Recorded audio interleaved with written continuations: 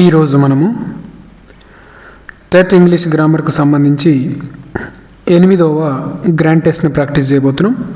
అంటే grand test అంటే ఇప్పటిదాకా నేర్చుకున్న లాజిక్స్ అన్నిటినీ మళ్ళీ రివైండ్ చేసుకోవడం. ఓకే, సో ఒక్కొక్కటి చూసుకుంటూ వెళ్దాము. గమనించండి, ప్రతి క్వశ్చన్కు ఉన్నటువంటి లాజిక్ను నేను వివరించుకుంటూ వెళ్తాను. వాటికి అనుగుణంగా మన ఆన్సర్ ఈజీగా టిక్ చేయొచ్చు. So first bit, choose the correct article. Okay, the sun rises in the east. The sun rises in dash east. Article ఏంటిది అని అన్నాడు. సో గమనించండి, ఈస్ట్ అనేటువంటిది డైరెక్షన్, అంటే north south, okay, east west. So ఈ విధంగా డైరెక్షన్ను చూపించేటువంటి ఏవైతే వర్డ్స్ ఉన్నాయో ఆ డైరెక్షన్కు సంబంధించినటువంటి పదాల ముందు మనం దా ఉపయోగిస్తాం. ఆల్రెడీ లాజికల్ వీడియోలో మనం నేర్చుకొని ఉన్నాం. Next, choose the correct sentence. ఇచ్చినటువంటి వాటిలో కరెక్ట్ సెంటెన్స్ ఏది? ఒకసారి సెంటెన్సెస్ చూద్దాము. She don't like tea, she doesn't like tea, she doesn't likes tea, she not likes tea. ఇటువంటి సెంటెన్స్లు వచ్చినప్పుడు ఫస్ట్ మనం ఏం చేయాలంటే అందులో మనకు బాగా తప్పు అయినటువంటి వాటిని ఫస్ట్ తీసేయాలి. So she not like tea అనేటువంటిది కాదు, ఇది తీసేద్దాం. రైట్, నెక్స్ట్ చూద్దాము. షీ డజంట్ లైక్స్, ఇక్కడ ఆల్రెడీ డజంట్ వచ్చింది కాబట్టి లైక్స్ మళ్ళీ రాదు, ఇది కూడా ఆన్సర్ కాదు, ఇది కూడా ఆన్సర్ కాదు. షీ తర్వాత డోంట్ రాదు, ఇది కూడా ఆన్సర్ కాదు. అది ఎందుకో నేను ఇప్పుడు ఇక్కడ మీకు ఎక్స్ప్లెయిన్ చేస్తాను. సో ఇక్కడ ఆన్సర్ వచ్చేసి she doesn't like tea. Okay, అయితే ఇక్కడ రూల్ ఏంటిదంటే రూల్ గమనించుకోండి, ఒకసారి నేను ఎక్స్ప్లెయిన్ చేస్తాను. ప్రొనౌన్స్ ఉన్నాయి కదా, ఆ pronouns I, we, you, they, he, she, it, ఇవి ప్రొనౌన్. ఓకే, ఇక్కడ నుంచి ఇక్కడ దాకా ఈ ప్రొనౌన్కు మనము డూ ఉపయోగిస్తాం, ఇక్కడ నుంచి ఇక్కడ దాకా డస్ ఉపయోగిస్తాం. సో అది ఇక్కడ ఉన్నటువంటిది బిట్. సో ఆ విధంగా ఈ బిట్ను అడగడం జరిగింది. రైట్, సో ఇప్పుడు ఇక్కడ ఏమున్నది? షీ ఉన్నది, అంటే షీ. సో షీ అంటే ఏమి ఉపయోగించాలి? డస్ ఉపయోగించాలి. రైట్, సో ఇక్కడ డస్ వచ్చింది కాబట్టి దీని తర్వాత వచ్చేటువంటి వర్బుకు ఎస్ కానీ ఈఎస్ కానీ యాడ్ చెయ్యము. ఎందుకంటే ఆల్రెడీ ఇక్కడ డస్ ఈఎస్ ఉపయోగించేసాం కాబట్టి. రైట్, ఇక్కడ ఉపయోగించాం కాబట్టి అది రూల్. రైట్, సింపుల్గా చెప్పాలంటే గమనించండి, అది టోటల్ రూల్. సింపుల్గా చెప్పాలంటే హీ షీ ఇట్ ఉన్నప్పుడు డస్ ఉపయోగిస్తాం, అంతే. రైట్, అదేవిధంగా తర్వాత వచ్చే వర్బ్ V1 ఉంటుంది తప్ప దానికి ఎస్ కానీ ఈఎస్ కానీ యాడ్ చేయం. అందుకే గమనించండి, ఇక్కడ డోంట్ ఉంది, అందుకే ఇది ఆన్సర్ కాదు. నెక్స్ట్ ఇక్కడ డజంట్ ఉంది, ఇక్కడ లైకే ఉంది, అంటే వర్బ్ V1 ఉంది. ఇక్కడ డజంట్ అంటే దీనికి మ్యాచ్ అయింది. లైక్ అనేటువంటిది V1, సో దీనికి మ్యాచ్ అయింది. ఇవి యాడ్ చేయమని అనుకున్నాం కదా, సో అందుకే ఇది కరెక్ట్ ఆన్సర్ అయింది. మిగతాయి కూడా చూద్దాం. ఇక్కడ డజంట్ ఉంది, ఇక్కడ లైక్స్ ఉంది, డస్ ఓకే, కానీ ఇక్కడ ఎస్ కానీ యాడ్ చేశాడు కాబట్టి ఇది ఆన్సర్ కాలేదు. ఇది అసలు సెంటెన్సే రాంగ్. రైట్, ఆ విధంగా. నెక్స్ట్, ఇంకా కొన్ని ఈజీ ట్రిక్స్ కూడా ముందు మనం డిస్కషన్ చేసుకోబోతున్నాం కాబట్టి వీడియోని స్కిప్ చేయమాకండి. I have lived here dash 2015. So ఇక్కడ నేను ఏమంటున్నా అంటే ఇది దేనికి సంబంధించింది అంటే అక్కడ ఫర్ వస్తుందా సిన్స్ వస్తుందా దీని మీద బిట్ అడిగింది. ఫర్కు సిన్స్కు డిఫరెన్స్ ఏంటిదంటే, ఫర్ అంటే ఏదైనా పదం లాస్ట్కు ఎస్ తోటి ఎండ్ అయితే అక్కడ ఫర్ ఉపయోగిస్తాం.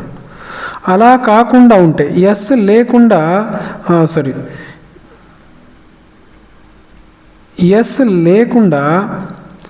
ఉంటే అక్కడ సిన్స్ ఉపయోగిస్తాం. ఇది ఒక్కటే బండకూడదు. ఫర్ ఎగ్జాంపుల్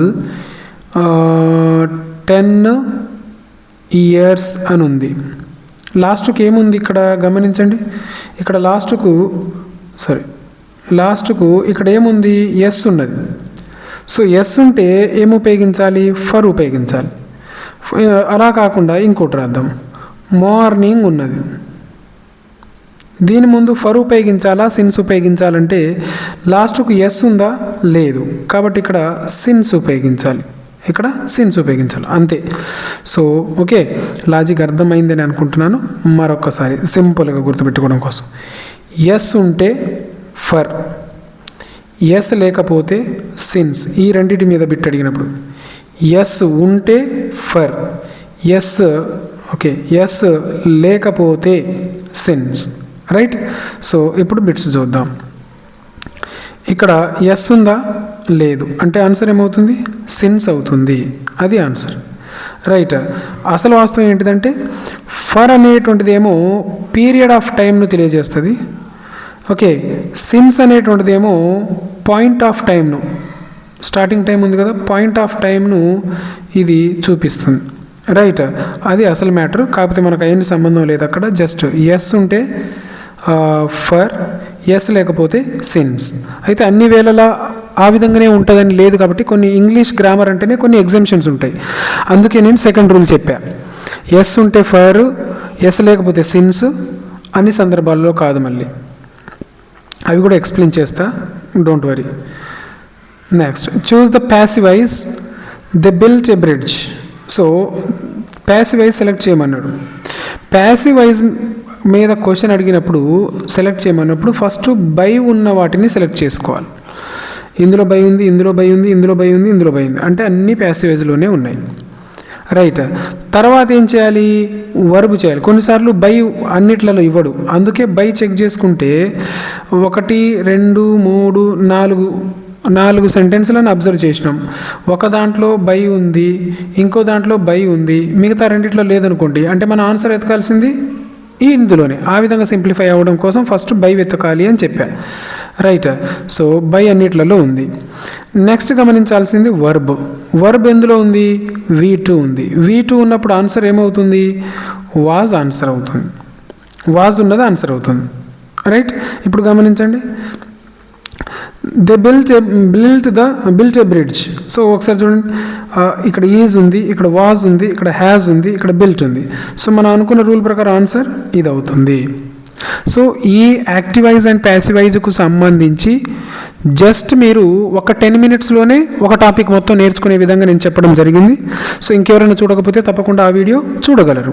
యాక్టివైజ్ ప్యాసివైజ్కు సంబంధించి సింపుల్గా మనం జస్ట్ ఏం లేదు, క్వశ్చన్ చూసి ఆన్సర్ టిక్ చేసే విధంగా, జస్ట్ క్వశ్చన్ చూసి ఆన్సర్ను టిక్ చేసే విధంగా కూడా నేను లాజిక్స్ చెప్పడం జరిగింది, రైట్.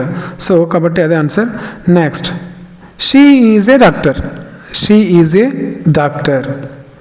సో గమనించండి, ఇక్కడ క్వశ్చన్ ట్యాగ్ ఏంటిది, isn't she, doesn't she, is she, wasn't she. So దీనికి సంబంధించి కూడా నేను ఎక్స్ప్లెయిన్ చేసి ఉన్నా కదా. క్వశ్చన్ ట్యాగ్ మీద బిట్ వచ్చినప్పుడు ఫస్ట్ నాట్ ఉందా లేదా గమనించాలి, ఓకే. ఇక్కడ నాట్ ఉందా లేదు అంటే మనకు క్వశ్చన్ ట్యాగ్లో ఏముండాలి, ఈ విధంగా ఉండాలి, నాట్, రైట్. నెక్స్ట్ ఇక్కడ ఏముంది, షీ, ఓకే. మరొక్క నిమిషం, క్వశ్చన్ ట్యాగ్లో నాట్ లేదు కాబట్టి ఫస్ట్ నాట్ రాసుకుంటాం, అంటే ఈ విధంగా షార్ట్ ఫామ్లో, రైట్. తర్వాత హెల్పింగ్ వర్బ్ ఏముంది, ఈజ్, ఇజంట్. తర్వాత ఇక్కడేముంది, ప్రొనౌను, అంటే మీకు ఇది కనబడట్లేదేమో ఒకసారి గమనించండి, మరొకసారి చెప్తా, గమనించండి. క్వశ్చన్ ట్యాగ్ మీద బిట్ అడిగినప్పుడు నాట్ ఉందా లేదా చూసుకుంటాం, నాట్ లేదు అంటే ఇలా రాసుకుంటాం, రైట్. నెక్స్ట్ హెల్పింగ్ వర్బ్ని చూసుకుంటాం, అది ఇక్కడ రాసేస్తాం. తర్వాత షీ ఉన్నది, ఇక్కడ షీ రాస్తాం, ఇదే ఆన్సర్. గమనించండి, ఇజంట్ షీ, ఆన్సర్ ఉంది కదా, isn't, right, isn't she. So answer this is.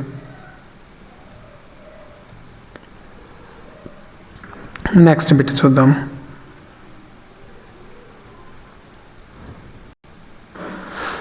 ఇంకొక ఇంపార్టెంట్ థింగ్ ఏంటిదంటే, నా ఛానల్లో టెట్ సిలబస్కు సంబంధించి అన్ని గ్రామర్ టాపిక్స్ మీద వీడియోలు గలవు.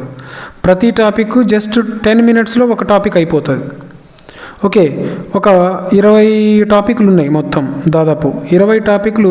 జస్ట్ మీరు 30 మినిట్స్ టైం ఇస్తే 30 మినిట్స్లో సిలబస్ అయిపోతుంది లాజిక్స్ తోటి నేను అనేది. సో కాబట్టి ఒకసారి ఇంకెవరైనా చూడకపోతే తప్పకుండా చూడగలరు. Next bit, identify the parts of speech. Simple, noun, verb, adverb, adjective. Identify parts of speech అన్నప్పుడు దేంతో ఎండ్ అయింది? ఇది ఎల్వై. సో ఎల్వైతో ఎండ్ అయింది ఏమవుతుంది? Adverb. So adverb. Correct answer is adverb.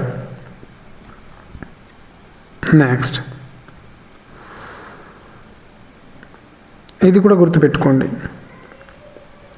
He is poor dash honest, but honest, and honest, because honest, so honest.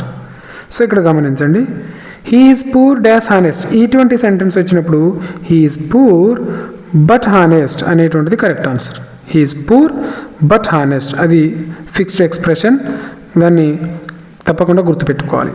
Next, if class మీద, if I dash you I would accept the job. If I you అంటే ఇటువంటి సందర్భాలు వచ్చినప్పుడు మనం ఏం చేస్తామంటే, ఇక్కడ చూడండి ఆప్షన్స్ యాము, వాజు, వరు, బీ ఉన్నది.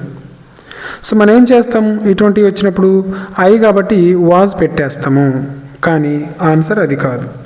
అటువంటి వాటికి వాజ్ రాదు, అక్కడ ఏమొస్తుంది? వర్ అనేటువంటిది ఆన్సర్ అవుతుంది. రైట్, ఇది సెకండ్ కండిషన్. ఓకే, ఇఫ్ క్లాస్లో సెకండ్ కండిషన్.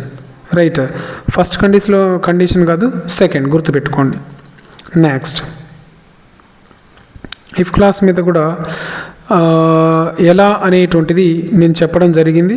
అది కూడా ఇక్కడ లాజిక్ ఏంటిదంటే, అది చెప్పలే కదా మీకు. వుడ్ ఉంటే ఇక్కడ గమనించండి, ఇక్కడ వుడ్ ఉంటే ఇక్కడ ఏమొస్తుందంటే వర్ అనేటువంటిది ఉంటుంది.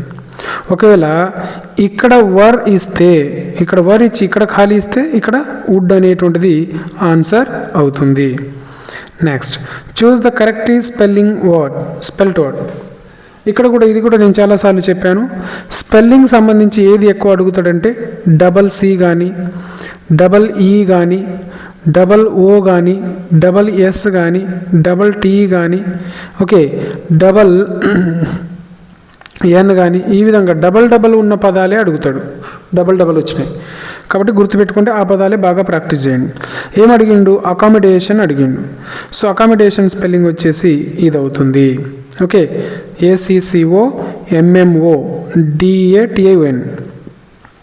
మనం స్పెల్లింగ్ ప్రాక్టీస్ చేసేటప్పుడు లాజిక్ ఏంటిదంటే, ఆ పదాన్ని విడగొట్టుకుంటూ మనము రాసుకోవాలి. అది ఎలానో చెప్తా చూడండి. అకామిడేషన్ ఉంది కదా, ఫస్ట్ ఆ, ఓకే, అక్ ఫస్ట్ది, అక్, కమ్, మో, day,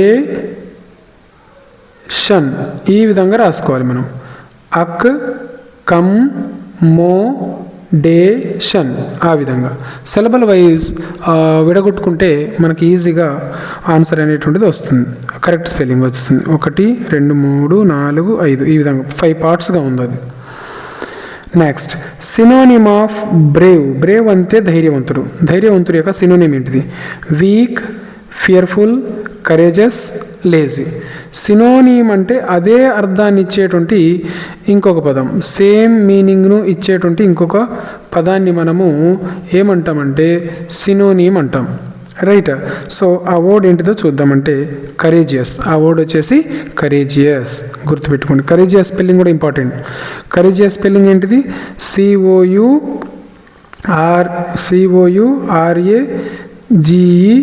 COURAGEOUS, courageous. Right, next, antonym of ancient. Antonym of ancient. Ancient యొక్క యాంటోనిమ్ ఏంటిది? యాన్సియంట్ అంటే పురాతనమైన, యాంటోనిమ్ అంటే ఆపోజిట్. రైట్, సో పురాతనమైన కాబట్టి పురాతనమైన ఆపోజిట్ ఏంటిది? ఆధునికమైన. రైట్, ఒకసారి చూద్దాం. Old, modern, historic, primitive.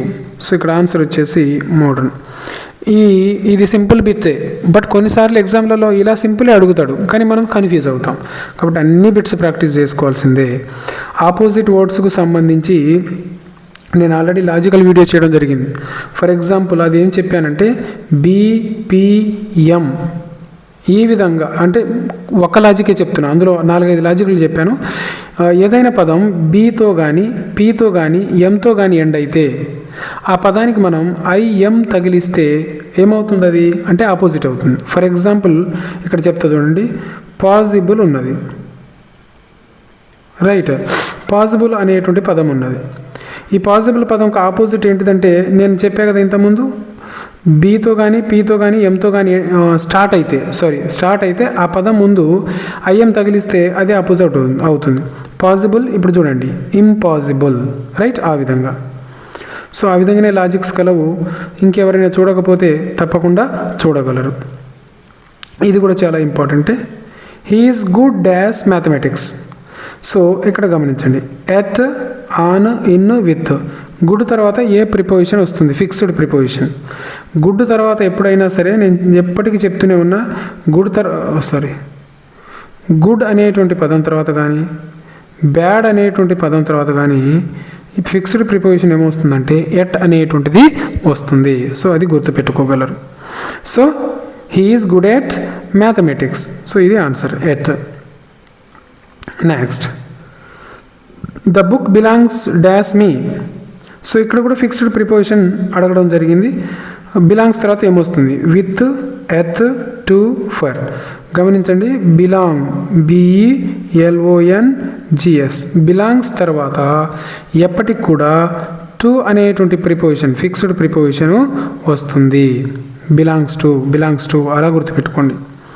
Next, choose the plural of child. చైల్డ్కు ప్లూరల్ ఏంటిది అని అడుగుతున్నాడు. చైల్డ్ అంటే సింగిల్, ప్లూరల్ వచ్చేసి చిల్డ్రన్ అవుతుంది. చిల్డ్రన్ అంటే 2 లేదా అంతకంటే ఎక్కువ. Next, choose the abstract noun. Abstract noun అంటే ఆల్రెడీ మనం చెప్పుకున్నాం. అబ్స్ట్రాక్ట్ నౌన్ అంటే తాకలేని నామవాచకాలు, అలా గుర్తుపెట్టుకున్నాం. పదాలలో తాకలేని ఫీలింగ్ని చెప్పేటువంటి వర్డ్స్ ఉంటాయి, వాటిని మనం రికగ్నైజ్ చేయాలి. హానెస్టీ, నిజాయితీ. చైర్, కుర్చీ. డాగ్, కుక్క. స్కూలు తెలిసిందే మనకు. సో వీటిని మనం తాకగలుగుతాం. సో ఇవి ఆన్సర్ కాదు. నిజాయితీని తాకగలుగుతాం, తాకలేం. సో ఆన్సర్ వచ్చేసి ఏమవుతుంది, honesty is the answer. Next, the sun dash in the east. So ఇక్కడ ఏమొస్తుంది, rise, rises, rose, rising. So what is your answer? So గమనించండి, ఇది సబ్జెక్ట్ అండ్ వర్బ్ అగ్రిమెంట్లో మనం చెప్పుకున్నాము. సో ఇక్కడ గమనించండి, సన్ అనేటువంటిది ఇక్కడ ఎలా తీసుకుంటామంటే హీగా తీసుకుంటాం. సో హీ కానీ షీ కానీ ఇట్ కానీ సబ్జెక్టుగా ఉన్నప్పుడు వర్బుకు మనం వర్బు 1కు ఎస్ కానీ ఈఎస్ కానీ యాడ్ చేస్తాం. సో ఇక్కడ గమనించండి, ద సన్ అనేటువంటిది ఇక్కడ ఏమవుతుంది, ఇట్ కింద కూడా తీసుకుంటాం. సో థర్డ్ పర్సన్ సింగులర్లో వస్తుంది సన్ అనేటువంటి. థర్డ్ పర్సన్ సింగులర్ కాబట్టి వర్బుకి ఏం చేయాలి మనము అంటే ఎస్ కానీ ఈఎస్ కానీ యాడ్ చేయాలి. అందుకే ఇక్కడ ఆన్సర్ వచ్చేసి ఏమవుతుందంటే ఇది అవుతుంది, రైట్. ఇప్పుడు ఇక్కడ యాడ్ చేయబడలే, రైజెస్లో యాడ్ చేయబడింది. ఇక్కడ రోజ్ ఇచ్చిండు, ఇక్కడ రైజింగ్ ఇచ్చిండు. సో ఆన్సర్ అది అవుతుంది. Next, each student must bring dash notebook. Each student must bring dash notebook. So ఇక్కడ ఇది చాలా ఇంపార్టెంట్, కన్ఫ్యూజ్ చేస్తుంటుంది. ఇక్కడ ఏమొస్తుంది, right, their, his, her, our, hours.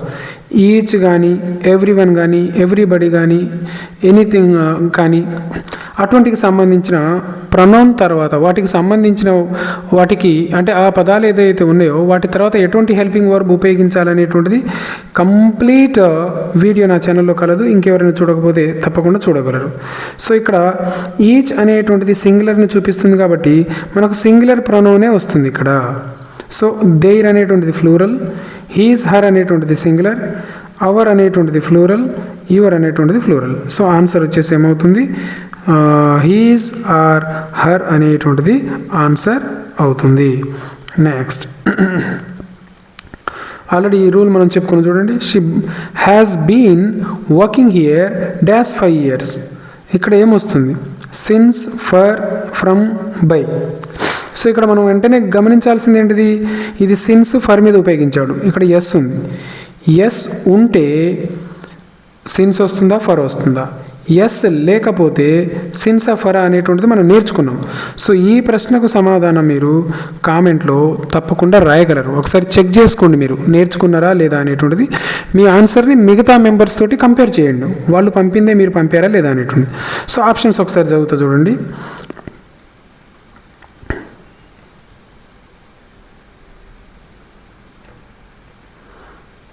ఒక్క నిమిషం. రైట్, ఆప్షన్స్ ఒకసారి చదువుతా చూడండి. She has been working here dash 5 years, since 5 years, for 5 years, from 5 years, by 5 years. So please comment your answer. Right, next bit. Mount Everest is the dash peak. So ఇక్కడ ఏమొస్తుంది? Okay, గమనించండి. High, higher, highest, most high. So ఇక్కడ answer వచ్చేసి ఏమవుతుందంటే highest అవుతుంది. ఎందుకంటే నేను already మీకు రూల్లో చెప్పా. ఓకే, దా కనుక ఉంటే తర్వాత ఈఎస్టీ ఉన్న పదం ఆన్సర్ అవుతుందని. ఓకే, బ్లాంక్ ముందు దా ఉంటే ఈఎస్టీ ఉన్న పదం. గమనించండి, ఈఎస్టీ ఉంది కదా. సో ఈఎస్టీ ఉన్న పదమే ఆన్సర్ మనకు అవుతుంది. ఎప్పుడు? ఈ విధంగా యాడ్జెక్టివ్ మీద అడిగినప్పుడు. సో ఇవి ఈ గ్రాండ్ టెస్ట్కు సంబంధించినటువంటి ప్రాక్టీస్ బిట్స్. ఇంకా చాలా బిట్స్ కలవు. వాటిని మీరు ఈ పీడిఎఫ్ను, నేను ఇప్పుడు ఏదైతే మీకు చెప్తున్నానో ఈ పీడిఎఫ్ను డౌన్లోడ్ చేసుకొని ప్రాక్టీస్ చేయగలరు. ఈ పీడిఎఫ్ కావాలి అనుకున్న వాళ్ళు లింక్ పెట్టండి, నేను పీడిఎఫ్ను ప్రొవైడ్ చేస్తుంటాను. రైట్, సో ఇంకా మా ఛానల్ను సబ్స్క్రైబ్ చేసుకోకపోతే తప్పకుండా సబ్స్క్రైబ్ చేసుకోండి. అదేవిధంగా మీ ఫ్రెండ్స్ తోటి షేర్ చేయకపోతే తప్పకుండా షేర్ చేయండి. అదేవిధంగా వీడియోను లైక్ చేయగలరు. Thank you so much.